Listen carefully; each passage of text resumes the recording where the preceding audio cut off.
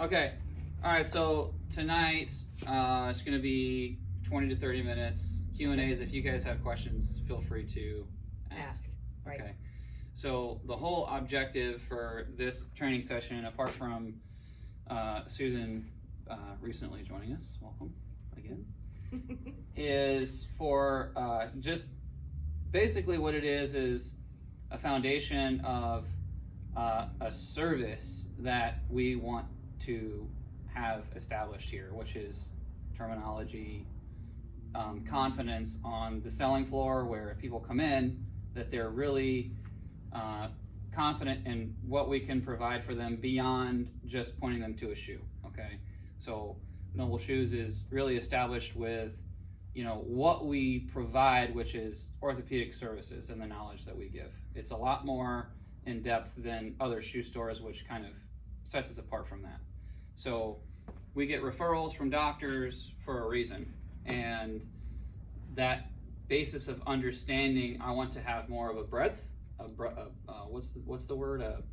More of a broader,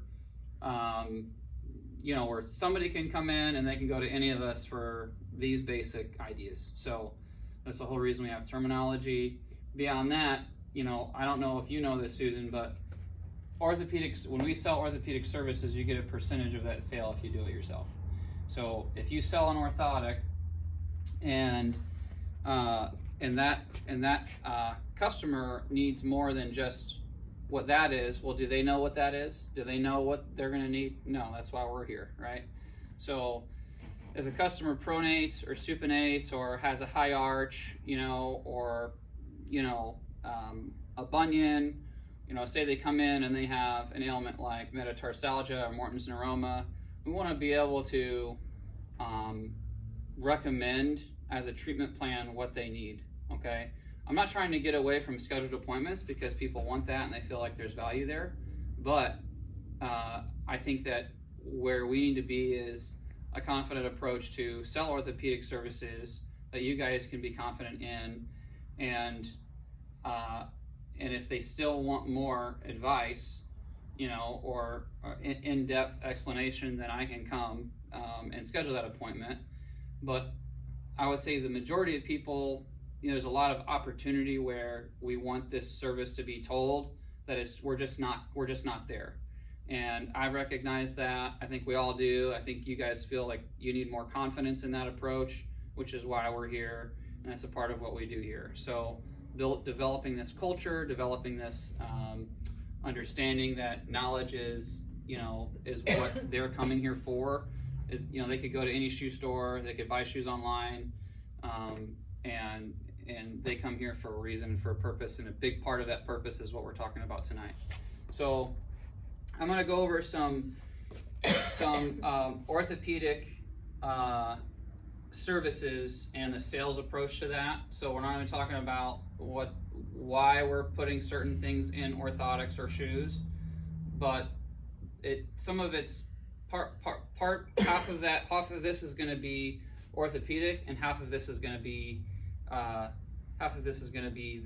sales approach, and you know how you're talking to customers when you're doing this. So I was talking to Josh, and Josh was like, you know, the biggest part of it is the closing. It's the confidence that a customer has that what they're purchasing is what they need. Well, a big part of it is that if you know what you're doing, they're going to have confidence in that. If they can see that you don't really know, or that you're really kind of shy about it, or you're unsure of it, then they're going to be unsure of it. So confidence will breed confidence, and I think that's kind of be, you know, we're going to kind of hit on that a little bit more. So knowing product is a big deal. I think that for some of these orthopedic services like these, you know, do you know what these are yet, Susan? Toe taps? No, not really. Okay, so toe taps are primarily designed for taking up space in the forefoot. Okay, you're going to take the insert that's in the shoe out, and you're going to place this inside the front of the shoe, and then put the insert back in. Okay. So if their heel is slipping, this also works really well. And the reason for that is because it kind of pushes the foot, or keeps the foot back towards the heel counter. So their foot would slide forward, and create a gap. Mm-hmm. And if their foot feels loose, you put one of these in there, and that's going to be the first thing that I'll do when somebody has their, they feel like the shoe's a little bit too big. Then we're gonna put a toe tap in there. We sell these things for $20 as a pair. Okay, so when you guys sell these toe taps, any orthopedic sale, whether it be met pads, toe taps, arch cookies, metatarsal pads, or heel wedges, I'll give you, without any orthopedic modification being done, just adding these things into their products, I'll give you a 20% commission. Okay, 20% commission on any of these products that you get, and that's just keep the receipt, keep it in an envelope. What we can do is create your own envelope with your name on it, print the receipt. Without the printed receipt, you don't get the commission. So just make sure that you do that at the end of the sale to print the receipt, and that these products are on that receipt. Okay. So why would we sell these additionally? Well, the reason is because we don't manufacture the shoe. A big part of the selling process now that I'm going to talk about this particular item is I say, well, listen, we don't, unfortunately we don't make the shoes, we just sell them. But this is really gonna, if you feel like you need this, we do sell these. So you say that you're gonna sell a product. We say that we sell this product during that, that experience with the customer, because that's a big part of where you're not gonna have an argument now at the register when you're trying to ring up a product we didn't know that we were selling them. So you can even say what the price is. We sell these, they're $20. It's worth it because it's foam cushioning. So there's selling points. It's going to make your shoe more comfortable in your forefoot. People with metatarsalgia or a neuroma where they need more padding, this is a really easy sell as well. Okay, apart from keeping the shoe fitting better, it's going to keep your heel back. So all those selling points, those keys that you can kind of have, it'll make an easier sell, and it is a great product to have. So I would recommend these to a lot of people, actually, even on top of an orthotic. You guys know what met pads are and what they do. We're going to go over them. Metatarsal pads are generally you're going to find that certain ailments are associated with certain foot types. So we'll go over that really quick. Flat feet, pronation. What do we have? What ailments do we have? Plantar fasciitis. Plantar fasciitis can occur. Bunions is a really big one. Heel spurs. What? Heel spurs. Hill spurs. Yeah. So the reason flat feet, a big reason why people develop flat feet or where their feet grow, is because their arches are stretched out. A lot of it's genetic and how we're born and how our feet are. Some of it's overuse, people being barefoot for long periods of time. Women get plantar fasciitis during pregnancy because of the baby, right? So their feet grow, right? So don't have any children, so I don't know. But it's very common. Oh, okay, it's very true. Very common. And there you go, I guess. And plantar fasciitis occurs because of that, because your foot's stretching, because of pregnancy, or even if somebody, sometimes people come in plantar fasciitis, they just got it. I'll be like, well, what did you do anything recently that, some people paint their house barefoot for 3 days to get plantar fasciitis. So those types of things are pretty common. So, and there's an issue which I want to get to with plantar fasciitis here in a sec, but metatarsal pads we sell for, I want to say $25. We can glue these in, which is great. We have the ones that are adhesive as well. You're going to primarily use metatarsal pads for people with high arched feet. So high arched feet, pes cavus foot types, you want to use these terms because that will give more confidence in the sale. A big part of closing isn't the end of what you're trying to say. You don't want to oversell it. You just want to recommend these items because they're confident in you because of the terminology that you know. So I always start out with the first thing I do is in a sales process, which I think this will help you guys a lot, is telling them the Latin term of what their foot is. I cannot stress the importance of getting off on the right foot, no pun intended, or the left. In that, if you have a pes planus foot type or a pes cavus foot type, pes planus is what, Kathy? Good luck. You should know this. I Susan? should. Is it the supination? No. That's the pronation. Josh? No. It's a flat feet. Flat feet. Oh, flat feet. Flat Oh, feet. Like a plane, like Plane. a flat Say it plane. again. So Flat pes plane. planus. Planus Planus. is a Latin for plane. So Plane. what's pes cavus? Must be an arch. Must be an arch, Yeah. right? That half of it. I always joke Cave that shape. pes cavus is it's the Latin for cave. I, So little ants can go in there and spark a little campfire underneath your foot, right?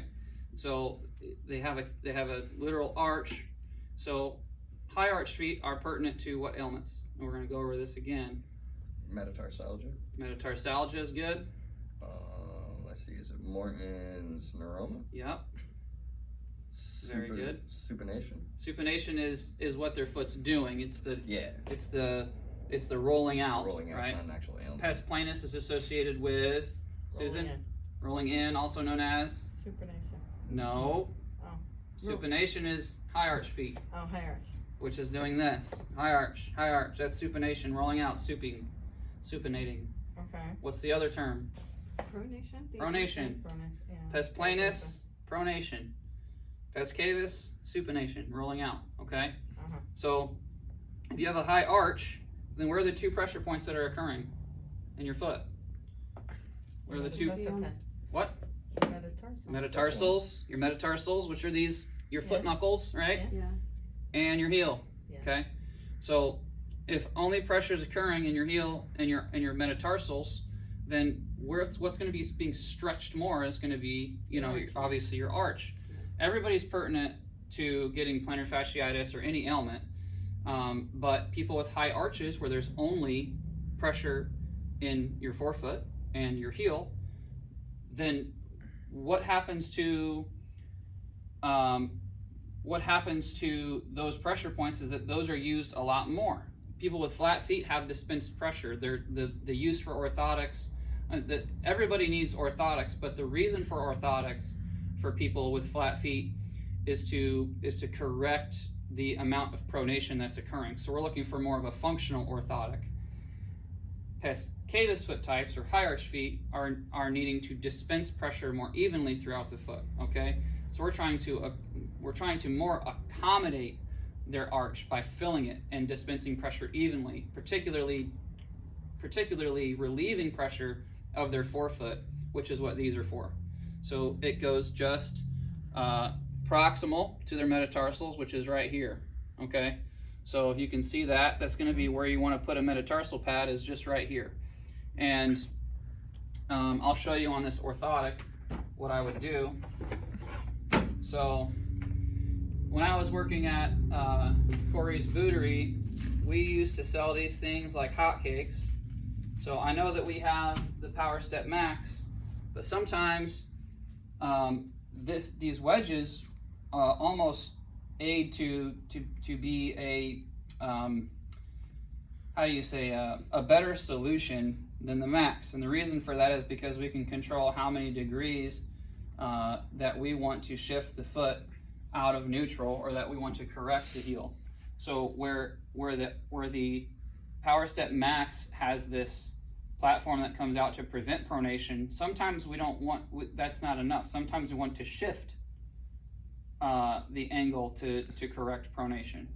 That would only occur in a custom orthotic or with these heel wedges.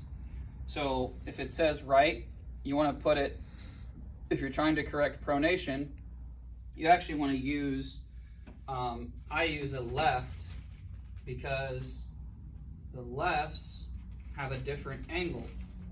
And these are all rights. Hold on a sec. This is right as well. Okay, well, we got to get left ones. Put a note on Kathy's desk.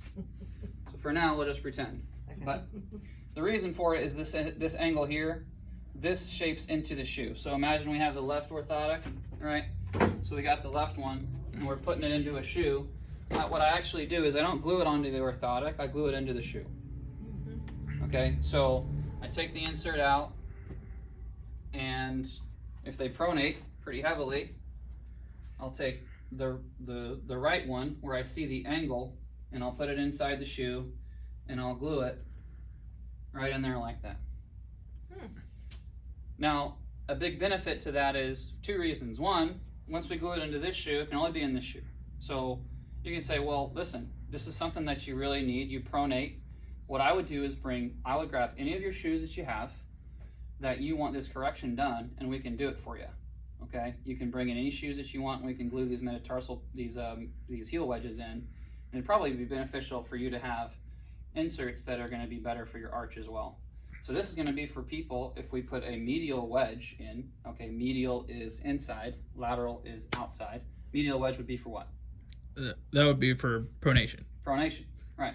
That's what we were talking about earlier. So that's why I pointed. So pronation, right? If your foot's rolling in and you put a medial wedge in, then that's going to put their foot to neutral. So the whole idea is to place the foot in neutral. So we sell wedges for installed $25. Okay, so it takes 2 seconds. You put a dab of glue in here, and you just make sure that when you put it in, that it's kind of aligned to where The arch is it? no, it's on the I see. Oh, it's on the inside, Got on it. the medial Got it. side. So again, get used to terms: pes planus, pes Oh. cavus, Okay. medial wedge, lateral Get it for wedge, the camera. pronation, supination. Okay. So then when we put the insert in, then it rotates it medially, probably about 4 to 5 degrees. So a lot of times when you'll see a prescription, doctors will say for pronation that they need a 5-degree medial wedge included in their custom orthotic. Well, that's what that is. Okay. So when you see custom orthotics, bilateral Morton's neuroma, or bilateral met pads, diagnosis Morton's neuroma. So you know how to do that. Now you know how to do that. That's immediate. They have that. You wouldn't usually see a 5-degree medial wedge with a person that has Morton's neuroma. And why is that? This is kind of a tricky question. Because they'd be pronating, which would mean that they probably wouldn't have the high arches, which means that they probably wouldn't get metatarsalgia. Right. So people that have Morton's neuroma generally have what type of foot type again? High arch. Pes cavus. Pes cavus. David. Okay, pes cavus foot type, high arch. 4-foot ailments. Anybody that has a high arch or pes cavus foot type has 4-foot ailments. So we want to offload 4-foot pressure, metatarsal pads. So now you know if you have a high arch. Oh, it looks like let me see you walk. Okay, they're walking. They take their shoes off. They have a high arch. They have them stand up. If their feet, if you can't see that this angle, which is their Achilles, if that's not angled this way, right? But it's angled slightly this way. If you're kind of looking at it like this, I'll face the camera. If it's kind of like this, they pronate. So what would you want to do? What kind of insert would you need? What kind of things would you want to tell them from the beginning? What would you want to say?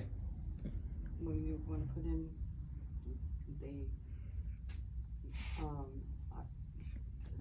I get some nervous. Wedges. Yeah. Wedges, right? Uh-huh. And if there's a lot of medial pressure, which we haven't even discussed this right now, but Will, you probably know the answer. If there's medial pressure from the heel all the way through this part of their foot, what else would you want to do? Besides wedges, you'd also want to put an arch support underneath that to redirect the pressure, right? Right, Or correct the alignment, I should say. right. No, there, you get a cookie. No problem. Little arch, You get a cookie. little arch cookie. You get a cookie. So now we're up to 2 modifications. Okay. So now we're gonna put a medial wedge in their shoe, right? Mhm. And then we're going to put an arch cookie in. Now, how I do arch cookies, which this is going to be in the lab, something that we can do in the lab, although we have ones that are adhesive as well, is I align the 2 edges, the 2 points, with the curvature of the orthotic, and I leave this crescent aspect of this arch cookie off the orthotic that I will then cut or trim down and glue to this, which we can go over more of that. I don't expect you guys to do that, but what you do get is, I think what was it 10% if you sell it. Okay, so if you sell the work, but you don't want to do you're uncomfortable with doing it, you still get a commission on it. Okay, so you get 10% for any orthopedic work that you sell, but you don't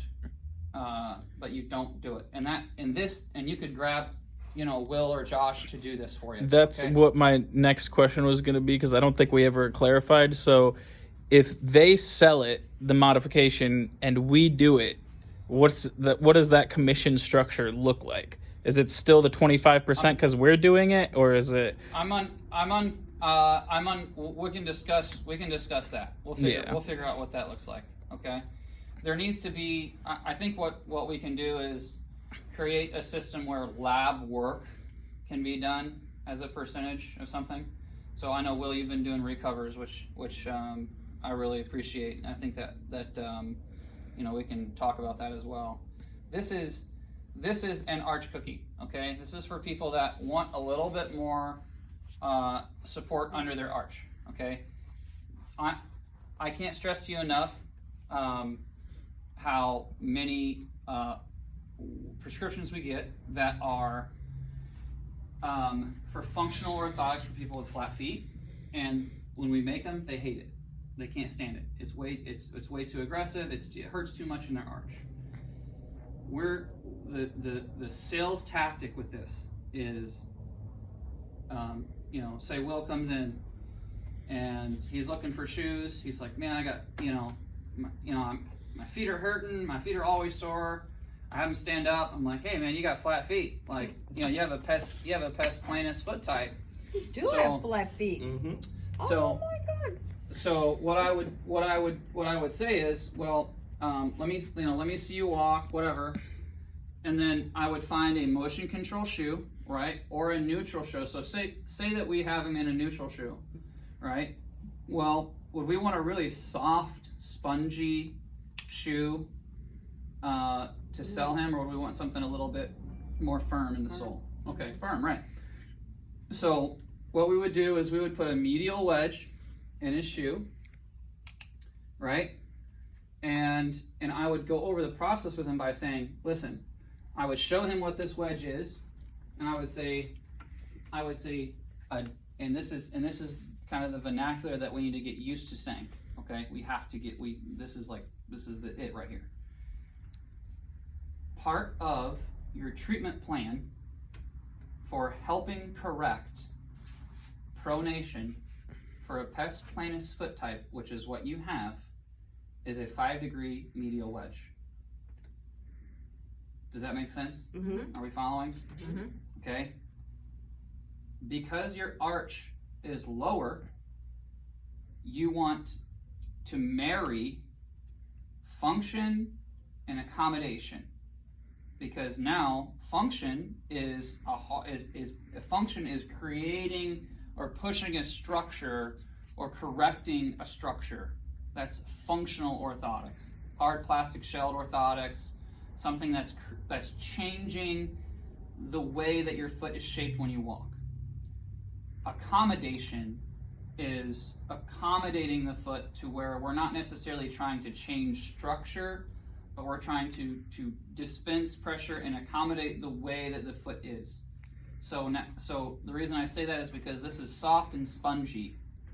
So it doesn't have that direct functional effect, but it's giving enough arch support for somebody with a pes planus foot type to say, ooh, they're like, ooh, right? They're like, oh, that feels good. That feels nice. It's not overcorrecting. It's not hard. It's not overbearing with how much pressure is underneath their arch. So this creates now essentially as close to a custom orthotic as possible. So now we're raising the arch, right? We're rotating the heel, and here's another selling point to this this wedge when we correct the heel, it's like I always say to patients, it's like a rudder to the ship. When you correct the heel, the rest of the foot follows that direction. If I put this wedge underneath my foot and I'm pronating, then my whole foot changes the direction. Okay, so it's like a rudder to the ship. I can change the way that the whole mid-tarsals are facing by only manipulating the heel. So we're reinforcing it with this, and then we're going to also discuss another really big aspect to the foot, which I believe really every orthotic should have this. I think every person that comes in here should be told about the modification that we say the most, which is drum roll. First ray drop. First ray drops. Okay. First ray drops. First ray drops is this modification here. Spinco is the only one that I've seen do it. I was just talking to you about that too. Yes, As an over-the-counter product, because they actually had somebody who knew what they were talking about. Okay, which I believe is Gene Ulishny. So Write that down. first ray drops is this spongy aspect here underneath the hallux. Hallux is a really big word you need to know, which is your first metatarsal. It's your big knuckle. It's your big toe knuckle. Okay, this guy right here. This is your hallux right here. Okay, anytime you walk on the sand, any surface that's malleable, your big toe will drop further than the rest every time. And why is that? Well, it's because it takes 60% of the load of your foot, of your forefoot. 60% is on your hallux. People that have bunions or flatter feet or a dominant leg will generally, or that abduct, okay? Abduct is this, okay? All these terms are in your notebooks, in your terminology. People that abduct, which if you have flat feet, you're gonna abduct, right? You're gonna go out. Will, go ahead and stand up for me again. Take both shoes off. Walk in place. Walk in place. All right, stop. Stop. Okay. So we know that Will's, apart from what we've just discussed, you can see that this foot abducts more than this foot. And you can also see that this foot pronates more than this foot. So the foot that abducts, so take the invisible line from the chin to your navel down to the bottom and create an invisible line, okay? And then you draw a line from here and you create the space. So is this space longer than this space? No, this space is longer. So we're gonna know that this foot pronates more than this foot. That's it. It's just that simple. So when you see a foot that's abducted more on the right than the left, that's generally the dominant leg. That's going to be the leg that's longer generally. So not always the case, but you're also generally going to find that the foot that abducts more is going to be the more there's going to be more probability that this toe will develop a bunion or a pinched callus, which happens here, okay, more than this toe. So he's going to probably have more right hallux pain on his right foot. I got all of that if you want to use mine for an example. Okay. So I got the pinch callus, the just bunion. Put that down on your foot, right? So lift your legs up, lift your pant legs up. So you can see literally a visual example where his 24, Josh. You and your 94. So his walk in place. Okay, stop. I don't tell people to do anything other than walk down and back. And then if they do this, if they try and stand like this, point their feet, stand proper. I said, don't do that. Walk down again and back, walk in place, and don't do anything. Okay. So the foot that pronates has the developed bunion. Why is that? The foot that pronates more or abducts more is why. Why does it have more of a developed bunion than the other foot? Well, the reason is because if that foot abducts, right? So if it's pronating like this, how can you point? I mean, you're literally like, you can't do it, right? I feel like this is my shorter leg though, because this is the one that my knee's always outstretched on, and this one is like more relaxed. We'll get to that later. So bunions develop generally because the pressure of each toe off, if this foot is abducted, then when you're walking, what's the last point of contact? What's the pressure point? Your hallux. Is your hallux. So it's pushing that toe that way when you're walking. So, and now not all bunions are derived from a biomechanical aspect of walking, but the majority of them are. And that's just from pressure over time. Some bunions are developed naturally because they're just genetic and that just happens.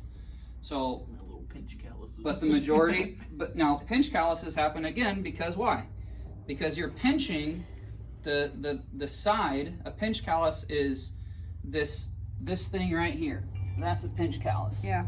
So the reason for that is because because your foot's rolling in. It's because when you're walking, your toe's going in, your knee is inverting, and you're walking, and it's pinching that aspect of your big toe. Well, what if it's on my small toe? Because If it's on, well, they all get squished together. yeah, it's just either it's your footwear, it's general issues with that. Okay. Um, So basically, it's everything's pressure. wrong with me. It's pressure. It's due to pressure. This is recent. So, and that might be too because of how a shoe comes up around your foot. So anything that's going to create create pressure moving up inside of a shoe, or how you're toeing off. Okay. That's why I Could be from that pushing up Right. and this, That's exactly correct. and that catches your toe right there. That's exactly correct. So a first ray drop. People that have pes cavus foot types have a pronounced hallux, which means that their big toe is always going to be bigger. I mean, I've never really seen somebody with a pes cavus foot type that doesn't have a pronounced hallux. Okay, generally always, which means there's a lot of pressure on the big toe. That's for balance. It's for security. And when you have a big toe, you're like, if you have a big toe, if you supinate, what would subconsciously make you feel secure? Driving your hallux down. Okay. Because if you're lifting that up, then you're just like walking on the edges of your heels. Like that just doesn't make sense. Right. So that's why they have pronounced hallux, is because growing up and genetically, they're like, all right, I got to drive my big toe. If I have a high arch, then I got to drive my big toe down to feel like I'm connected to the ground and secure, which is why they have pronounced halluxes. That's why forefoot ailments develop, like pinched nerves and things like that. So there's two effects. One is we're neutraling the forefoot plane. The whole, going to Pedorthic school, the whole thing with Pedorthics is that we want to even out the forefoot plane. If we don't have an even forefoot plane, pinched nerves can develop. We can create,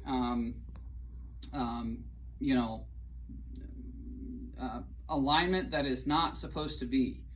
Footwear is, I'm sorry, but not really there when it comes to what really people need in the general public. One is a first ray drop. I mean, it's just how it goes.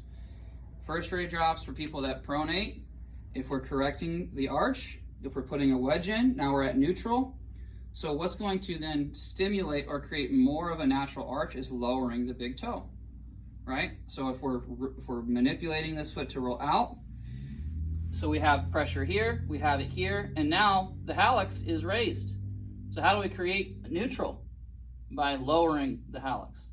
So we're shaving, we're lifting an arch here, we're putting a wedge here, and we're shaving underneath the metatarsal. Severe thunderstorm warning. It's creating an aspect that takes pressure off of the hallux, which is probably what most people with flat feet have. They have pressure on their big toes. Their big toes hurt because they abduct, because they have flat feet. And the majority of where their toes or feet will hurt is going to be on their big toe. How do you relieve that? By taking pressure away. Not by adding pressure, but by taking it away. Because if we build up the forefoot in that area where there's already pressure, it's just going to create more pressure, right? So we want to create a natural arch. So we're building the arch, putting a wedge in their heel, and giving them a first ray drop. Every person that comes in with flat feet, you should go over those three aspects of an orthopedic modification. By the time you're done with that, sign me up. So you're at an arch build, which is $25, a heel wedge, which is $20, $25, and a first ray drop. You can take any of these orthotics inside the shoe and you can make those modifications. You can take an over-the-counter product and you can do the same thing. So now does that one do like all of it? No, that Okay. this only does this. Oh. And I prefer you to offer a first ray drop to an orthotic that let's steer away from this. Okay. Let's provide these modifications, right?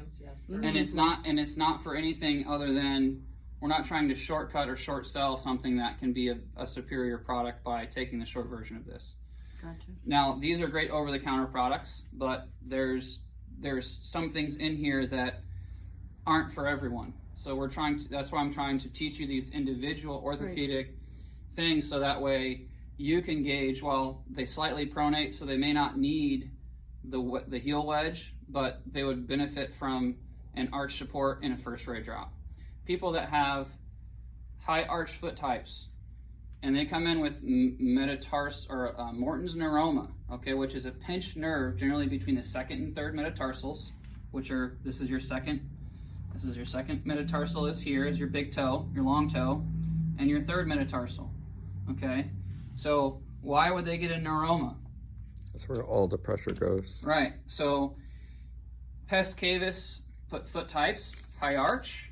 Okay, anybody that has a Morton's toe, which is a longer second toe like me, that they can play the piano with, the reason that they have neuromas, okay, so anytime that you see a longer second toe, I can already guarantee that they're going to have calluses under the second toe.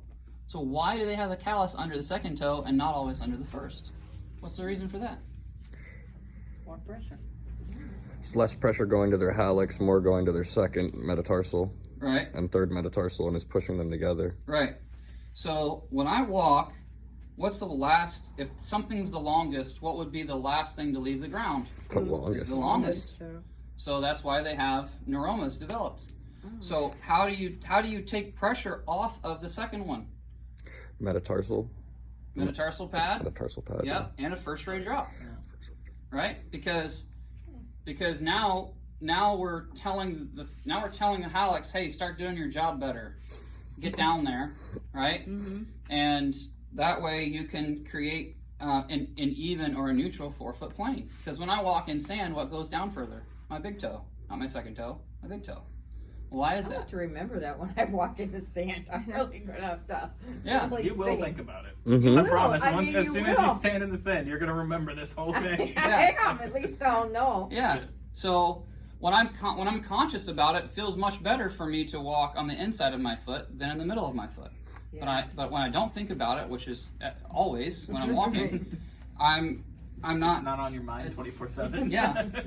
So so and that's a big part, and that's a huge selling point. Let me tell you this. When you're working with a customer, you say, do you ever think about how you walk? Sometimes they're like, well, yeah, sometimes, but I'm like, well, how much brain power would it take for you to dispense pressure with every step you take? You have to constantly be thinking about how to manipulate your foot every time. Are you kidding me? No, it's like learning a new language. Okay, Yeah. so that's a big reason why we do this, is because you don't have to think about it. You just put your foot in something, and it changes the direction, and it creates. What we're trying to do is we're trying to create a neutral platform for the foot to operate at its optimal function without creating ailments. The foot's the only mobile adapter in the body with the most bones and the least amount of square footage.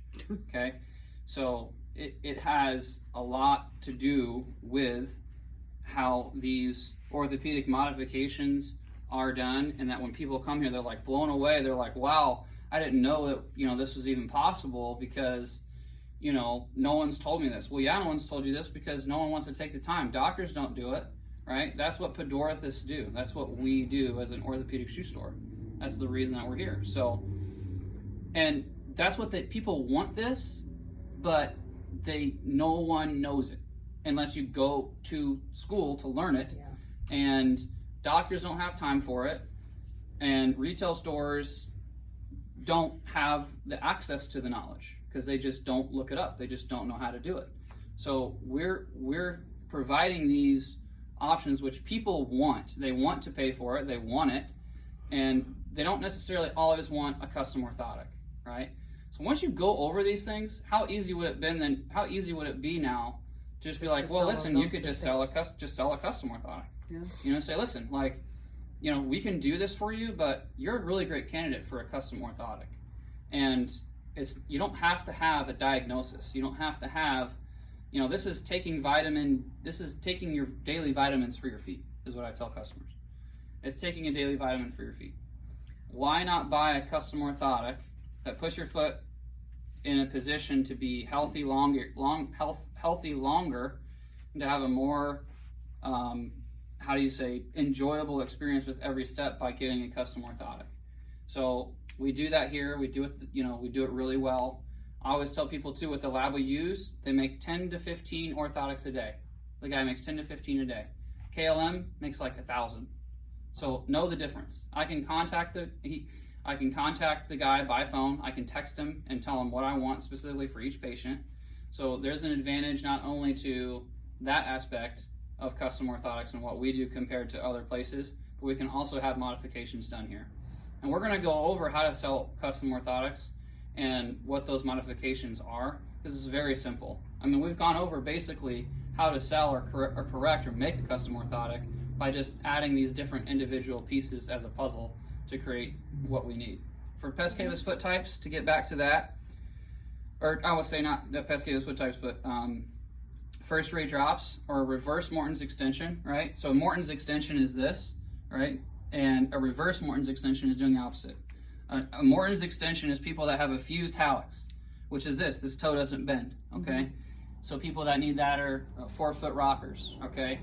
Anybody that has a pes cavus foot type, high arch feet, 4-foot rocker is always going to be the best to take away any of them as a combined, treatment plan with a metatarsal pad, a first ray drop, and arch fill, okay? And if they do supinate, which is anything beyond neutral, where the Achilles is not here going straight up and down, but you see it doing this, if the interior or the medial aspect of their heel or their calcaneus, which is this part right here, right? If that's being raised up at all, what do they need in their heel? What do they need in their heel? That wedge? Right, a wedge. But what kind of wedge? Lateral wedge. Lateral wedge. Yeah. So this is a medial wedge for people that pronate. Right. All right, we're going to put it on the inside. Yeah. So just like you saw the wedge in the shoe, now we're going to put it on the outside. A lateral wedge for people that supinate. So we know that now if people pronate, we need a medial wedge. If they supinate, you need a lateral wedge. That no matter who it is, they're going to benefit from a first ray drop. So they definitely need that to explain that correctly. Metatarsal pads for people that supinate or have pes cavus foot types. And if they have a Morton's toe, they're also going to need, first ray drop here. And a metatarsal pad. Morton's neuroma, metatarsalgia, any of those terms that are associated with 4-foot ailments. Metatarsal pads, first ray drop, to tell the hallux what to do, start doing its job better, getting down on the ground more. So we can even out 4-foot pressure, which is the whole objective. And then correcting the heel to steer the rudder to the ship of the foot in the direction that those mid-tarsals and metatarsals are going. Is that a you Yes. guys, any questions that you have? Sounds Or like a boat. I have a pertinent? kind of somewhat off-topic question. What's the difference between like a rocker bottom shoe, like a Hoka, and one that just like has like the rocker bottom shape, like the 1080? Like, what is the actual difference in that? The Hoka is going to keep its shape more than the 1080. The 1080 bends. Yeah. So it depends. So that in short is. Yeah. Well, that's the part I understand. I guess what I don't understand is when is a 1080 fine to replace the Hoka in that situation? It depends on the mobility of their foot. So how much mobility they have. So if you grab somebody's foot, right? Like take your sandal off, and I grab their foot, and I strike here. I do this. And if they have really good range of motion and they have a healthy foot, it's good to maintain mobility. Okay. Which means a 1080 would be fine. All right. When they have an ailment that they're trying to heal, and that ailment diagnosis or treatment plan is to reduce the motion that those metatarsals are being used, and they still have symptoms for those ailments, like metatarsalgia or Morton's neuroma, if they still have something going on in their forefoot, then we want to keep them in a Hoka. Once their foot's healed, I'll tell them this. I'll say, you need a Hoka now for 6 months. You know, you got metatarsalgia or Morton's neuroma or some forefoot ailment, and they have good range of motion. 6 months in a Hoka, wear it religiously, your foot will naturally heal itself. You can go to another shoe after that, but you still need some cushion and you still need a little bit of that help walking, so you're not totally dependent on bending your metatarsals to walk. Any fusion, so there's something I didn't hit on with forefoot ailments that are associated with high arch foot types, which is fat pad atrophy. It's very common, and it's what determines the amount of cushion or padding that a patient needs. If they have a high arch foot type, and we're like, oh, we need to fill the arch, right? That's what you go to. Oh, we need to fill the arch, we need to fill the arch. Or, oh, we need a metatarsal pad. Sometimes they just need a lot of cushion. So what we're gonna do is we're gonna sell socks for that. Okay, OS first, you know, max cushion or Thorlos. We're gonna put them in we're either gonna put them in a memory foam orthotic, which is gonna be the Atrix, or even better, drum roll, we're gonna sell an orthotic with a met pad and a first ray drop, and we're gonna cover this thing with an 1/8 inch layer of PPT, which is this material. Okay, for $50. We'll cover both orthotics with PPT. And that's gonna give them that soft absorption experience, but in a customized approach that the memory foam is actually inferior to. This is a superior product with PPT because it has a better arch. Atrix doesn't make that with this arch. So we're gonna combine this arch and that comfort by adding PPT or Plastizote to the top of these orthotics. And that's another orthopedic modification. Plastizote is the pink ones in the pressure relief inserts. The like tan colored Use that more for like insert. diabetic, right? The Plastizote. You can use it for anybody that needs pressure relief. Okay. Any ulcer, anything that requires pressure relief. I want us to start selling more of these too. These are tongue pads. Okay, I think these are $20 a pair. Tongue pads are designed to primarily do what? Stop the foot from going back. Push the heel back into the back of Pushes the the heel in the back. Right. So That's your foot that's doesn't go forward. Plastizote. Plastizote's the industry standard for diabetics, but guess what? Guess who else I sell it to? People that have fat pad atrophy. Okay, that need forefoot relief. These are your fat pads. So Yeah. this is you know, when you push here, if you're, you know, we really want to get into touching people's feet, That's a huge part. heavily breathing on them. Let's stray away from the we here. We have gloves. we do have gloves. Okay. Sounds like you got a mouse in your The pocket. reason for that is because, you know, well, first of all, you know, we are a full service shoe store. We can do it quickly, right? So tongue pads literally are, you can have it. Tongue pads usually are exactly what they are. They go here in the tongue. They go this way. Small end down, thick end up. And those keep your foot from going forward? They keep them from going forward, right? So if there's something Heel here, mistake. right, Foot don't go forward. then it's going to keep your foot into the back of the shoe. Now, are tongue pads generally better?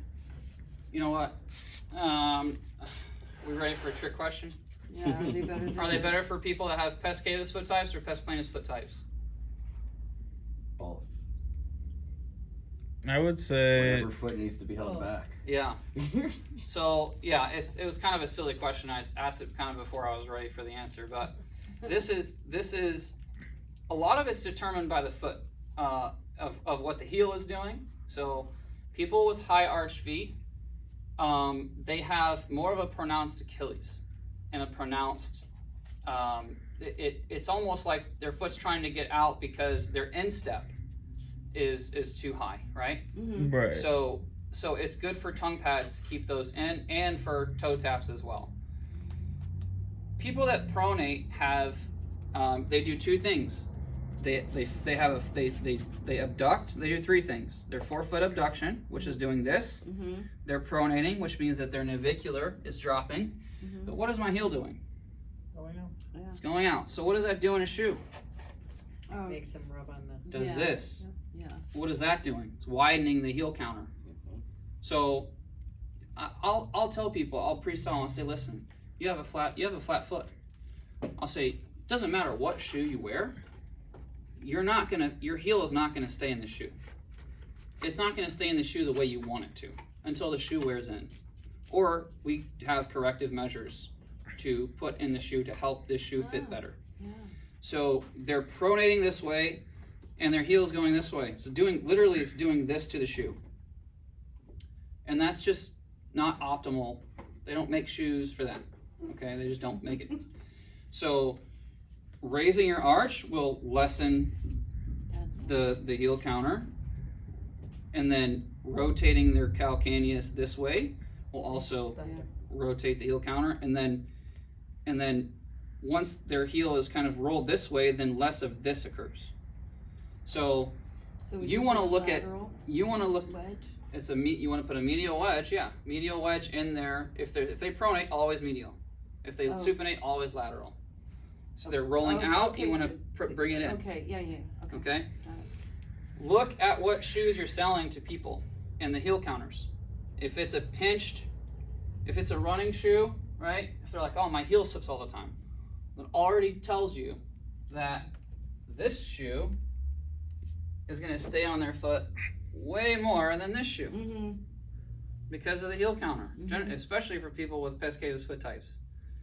Pre-sell, use your mind a little bit and say, hey, I'm going to look at this heel counter. I'm going to see that this is really pointy, and this isn't pointy.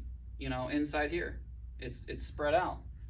So manufacturers or people that develop these running shoes have heel counters for a reason. You can look at a running shoe and see how the heel counter is developed and how people like that. See this pinch here? Mm-hmm. That's going to stay on their foot a lot better than something that's like that. Yeah. So it's not always the case based on how much cushion is in there, but that cushion can wear down. So a lot of times I'll pre-sell and be like, you just have to wear the shoe for a while to get that comfortability. Any other orthopedic modifications that we have to go over? If I missed any. We can customize, like with adding cushion to the orthotics that come in shoes as well. Yeah. So like, how you're talking about adding Plastisode or PPT to the power steps, Uh-huh. we can also do that to what comes from a shoe as well. So you can take the orthotic inside of this shoe. And I can add, yeah, we can add add to it. Yep, generally underneath it, right? Yeah. And then we can do that to the whole thing. So there's really nothing that we can't do for orthopedic modifications, but the biggest thing is to always recommend, I'm gonna hammer this. Don't be, first of all, get associated with terminology. Pes cavus, pes planus, you start there. First ray drops is for everyone, start there. Explain what the forefoot ailment is. Okay. Forefoot. What does that mean? This part. F-O-R-E. Yeah. I'm thinking the number 4. What is he No. talking about? No, your Okay, the never mind. front of Okay. your foot, right? So Good question. explain what the hallux, the hallux is your big toe. Use Yes. that term, right? Uh-huh. Your hallux is the main weight bearer and we need to relieve pressure. Right. Bunions develop because we abduct, right? Because we're rolling out. Is that what I'm doing? Well, here? I mean, Because you're just using your big toe when you're toeing off by probably carrying your leg through your gait and then pushing off. okay. And that's probably because your whatever foot is developing more of a bunion is probably your dominant leg or your longer leg. We're going to go over limb length discrepancy is going to be a whole other thing. Gait analysis and limb length discrepancy. Please remind me of this. That's what we're going to go over next. Is gait analysis and limb length evaluation to determine whether or not they're going to need, a lift.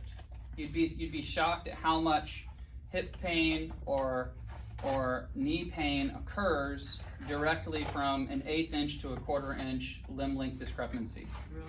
Which we almost all have.